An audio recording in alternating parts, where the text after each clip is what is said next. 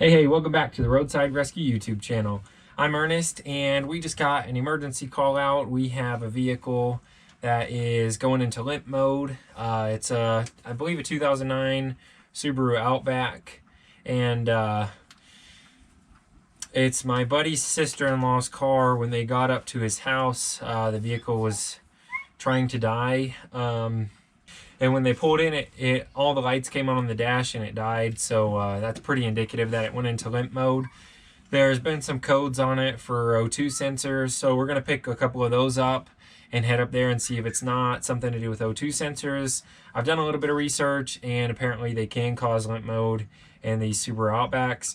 So since that's the only thing we know to go off on the top of our heads, we'll grab a couple of those sensors, head up there, see if that's not the problem, and get it taken care of, hopefully. So we'll go ahead and head up there, grab those sensors, and we'll meet you there.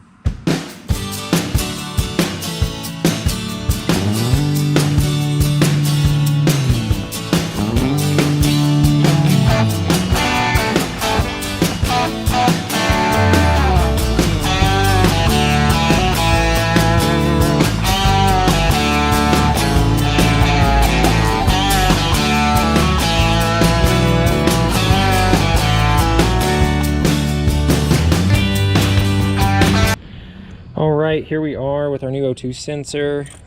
Just double checking everything. We have the code for bank 1 sensor 1, which is the upstream O2 sensor here. I believe there's just 2. I've pulled several of these engines and I don't remember ever unplugging more than 2 O2 sensors, but I'm going to triple check that before I yank one out. Yeah, pretty straightforward. These are actually pretty fun little engines. I like them. Pretty simple to work on for most things.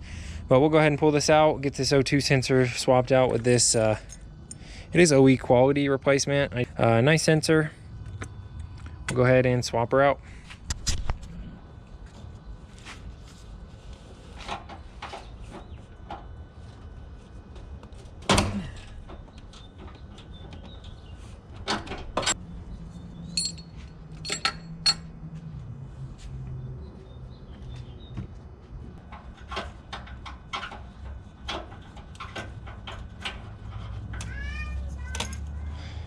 Okay, there's the old sensor. I knew this thing had a cover on it too, but I sprayed penetrating fluid on there, but that tells you anything, it did not get in there. But luckily it wasn't hard to remove. If it was, I could have always tried to pry this up and get some fluid on there. But in my experience, I've only really ever had 1 or 2 that was real tough to get out, so.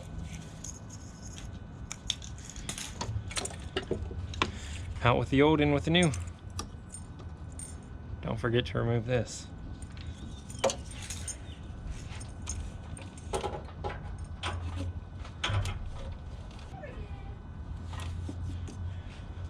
Now the rule with O2 sensors is you put them on finger tight, and then depending on what kind of material your O2 sensor is, you go, once it gets finger tight, either a 1/4 of a turn or 1/2 a turn. I never even know what kind of material they are, so I usually just torque all my O2 sensors down 3/4 of a turn in between there. I don't want to go too much, not too little, but I've never had an issue with them coming out. So we'll put some silicone on this, tighten that down 3/4 of a turn, and we'll be done.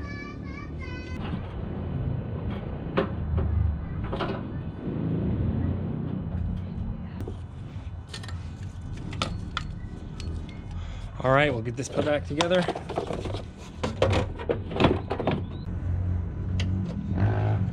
And we'll make sure she starts up. So we'll go ahead and crank the key, see if she starts up, and see if those codes don't come back. What we needed was this clip remover.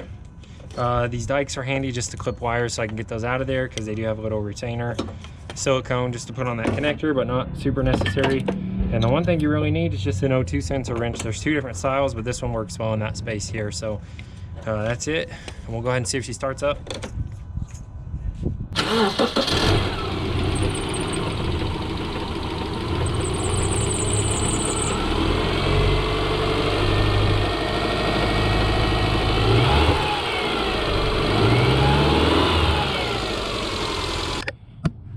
All right, so that's it. I just wanted to double check, make sure it was responsive. Everything felt good, so we'll go ahead and chalk this one up as a success. this is your first time on the Roadside Rescue YouTube channel, or if you've come back and you liked it and you haven't subscribed already, please subscribe and check back for the next video. Thanks, as always, have a great day.